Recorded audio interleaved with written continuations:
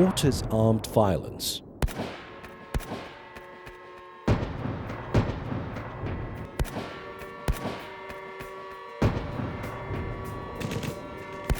Armed violence is hard to define, but easy to recognize.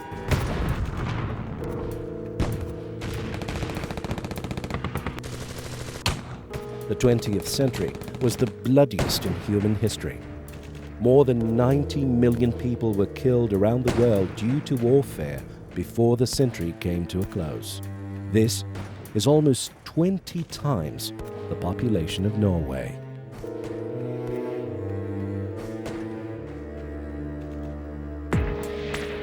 Since 1989, the number of people dying in war began to decline, but the number of people killed by armed violence kept on rising. How did this happen? Sometimes the answer is right before your eyes. Roughly 740,000 people die every year as from gunshot injuries and associated causes. Armed violence kills people in every country, every minute of every day. You could call these everyday deaths. But many deaths go unreported. Many are just plain invisible. Everyday arms cause everyday deaths. The AK-47 is responsible for more deaths than any other weapon ever. It shoots 600 bullets per minute. That's 36,000 per hour. In a single day, it can fire 864,000 rounds. In 1 year, one AK-47 could wipe out the entire population of Afghanistan 10 times. These arms are everywhere.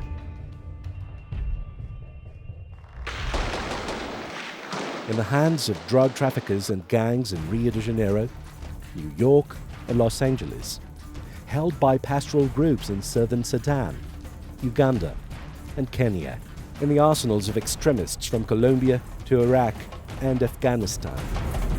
There are more than 875 million small arms and light weapons in circulation. Many of them are available at drop-dead prices. It has affected societies that collect the bill. The cost of treating a single gunshot injury in the US can rise to $2 million per patient. And this is just the beginning. There's also the costs of more policing, more private security, more lawyers, courts and prisons, more insurance payouts. The list goes on and on. To put this all in perspective, the cost of 490,000 homicides last year were as high as $163 billion. This is about 40 times the annual value of the global small arms trade. It's almost 1.5 times the annual value of global development assistance.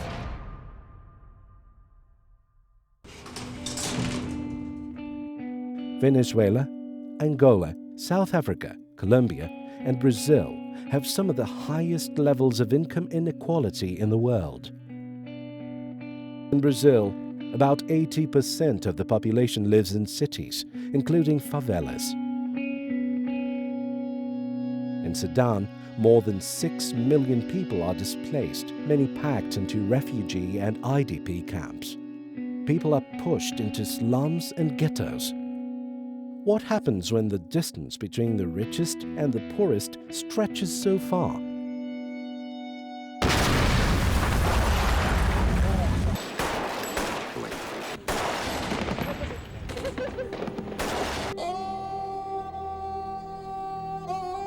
My father used to be one of the leader of infantry, and I was the one in front of him, I was like even leading the combat, So it was something that it was in me. It was something that I have to do it one day. War was the only game that we used to play, We had no toys, we had no nothing, They come to your family, they see how many boys you have, they take one boy who is stronger, they take him to the battlefield. So most of the time they use AK-47s, but sometimes we could not manage, AK. By then we were young, but we are culture of Dinka, you also say, yeah, me, I can do it also. The war broke out and it was very hard because people are crossing and you're being shot on the back. Boom, boom, da da da da da da da da. People are shooting, people are crying. You could see somebody shouting, but you have your own problem. Maybe you are lame, you could not carry somebody else, so you try your own way out and you leave the other. So we were seeing people, even leaving the kids, crying in the bush. Sudan in particular is a country that has resources. If they have resources, these are things that always lead to fight, Most of the time, you are being forced even to fight your own brother, not knowing why you're fighting him. You give them gun, you can always get what you want. In Congo, in Southern Sudan now, they're trying to disarm, but still they could not finish, Guns are there.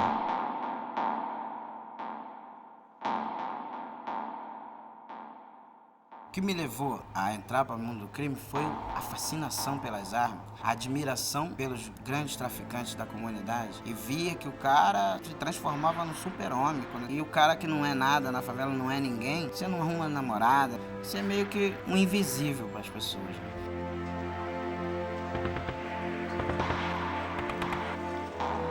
Tinha acabado de acordar e subi pra cima da laje. Tava sentado, fumando um baseado, quando que eu ouvi no rádio transmissor que a polícia tava se aproximando. Foi quando, de repente, o cara tava em cima, assim. Olhou pra baixo, quando ele me viu, ele botou um fuzil assim, ó. Bum! Caí rolando pela escada, todo ensanguentado, na cozinha da mulher lá embaixo. Ela entrou aqui, o tiro, saiu aqui, me queimou aqui, entrou aqui de novo, percorreu meu lado direito todo e era pra acertar minha cabeça, só acertou minha parte direita. Aí quando ele tomou esse tiro, que veio um rapaz que também era do bando dele, aí eu tava grávida, ele viu que eu fiquei assim, muito assim, nervosa e tremendo. Aí ele, calma, mas ele tá vivo, pelo amor de Deus, tu vai ter um troço, meu Deus. Tive o Lucas com 15 anos. Ah, foi assim, desesperador, né? Porque todo mundo falava, né? Tu tá grávida de bandido e tal, vai ficar sozinha, de menor. Nossa, eu posso amanhecer amanhã morta. Muitas, assim, garotas que eu conheci se envolveram com traficantes também, assim, hoje tem filho e o pai já tá morto. Uma parada que me marcou bastante e veio o fotógrafo conhecido da comunidade já, que fazia esses retratos desses cartõezinhos de convite pra missa do 7º dia de quem morreu. Deixa eu dar uma olhada nesse book aí. Aí comecei a olhar, morreu gente pra caramba aqui, deixa eu contar. Quando cheguei em 300 pessoas eu parei de contar, porque os caras que eu mais admirava no crime estavam ali também.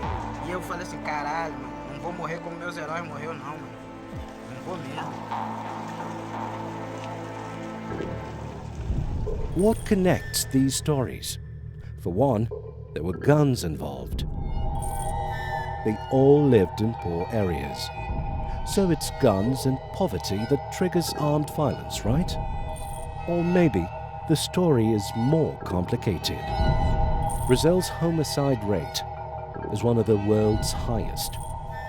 About 34,000 people will die from gun violence only this year. Now let's focus on young men. Zoom in on Rio de Janeiro. Take only black males aged 24. Now tell me that Feijão isn't lucky to be alive today. And what about the girls? They may become teenage moms just to better define their role in society. And they are often victims of domestic and sexual violence.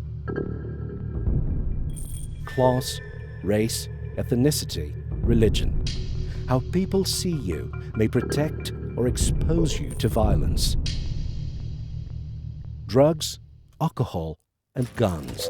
They're an explosive combination.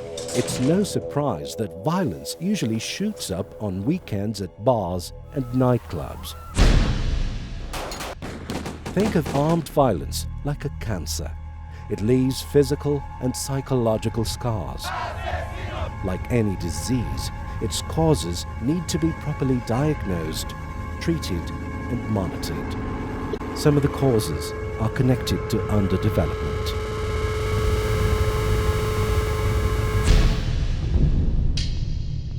Targeted development may be part of the cure.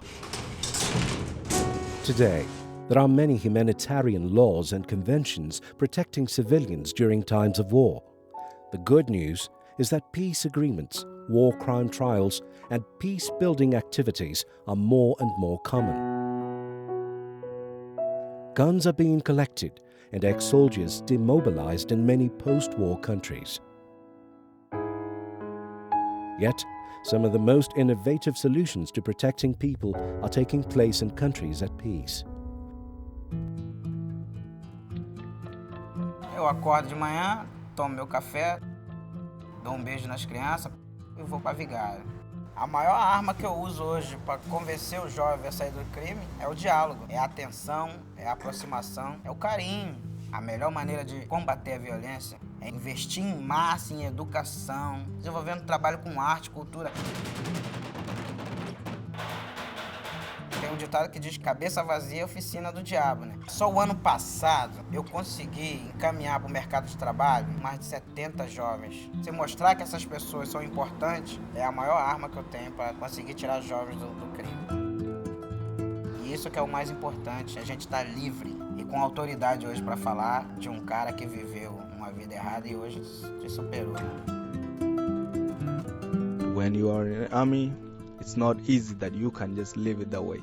We say, so there is another option also in this life. Even my daddy just came to realize, you know what, my son? When you join music, you don't join it for yourself. You're joining it for your community. Don't just do it down underground. You just like a president of that nation because you're going to be heard somewhere. With my age, nobody will even come and listen to me. But when I sing it in music, most of the people will always get the message out of it. We're always looking for a better future, you know. We always see that we have a future that we are still having a long way to resolve so many things. We're trying now to live the past life, but think of the future life. Peace actually, it's like you live your own life the way you want. You always have reason of protecting that peace because you don't want again to go back to pain. There is no safety without development, and development just won't be sustainable without security. Feijão and Alleluia had a second chance. Many of their family and friends were not so lucky. So, what are we going to do about this?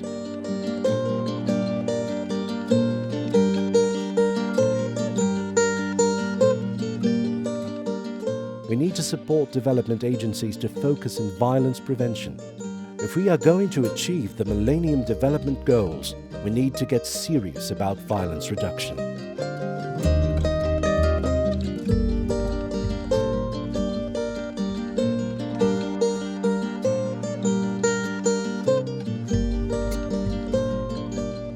We need to better measure and monitor armed violence, put victims first, finance violence prevention and reduction, programming, focus on the family, invest in our youth, promote gender equality, improve social welfare systems, support local conflict mediation, reduce income inequality and poverty, strengthen criminal justice, control alcohol, drugs and guns, invest in peace. These are simple steps. Do you have the courage to take the first one?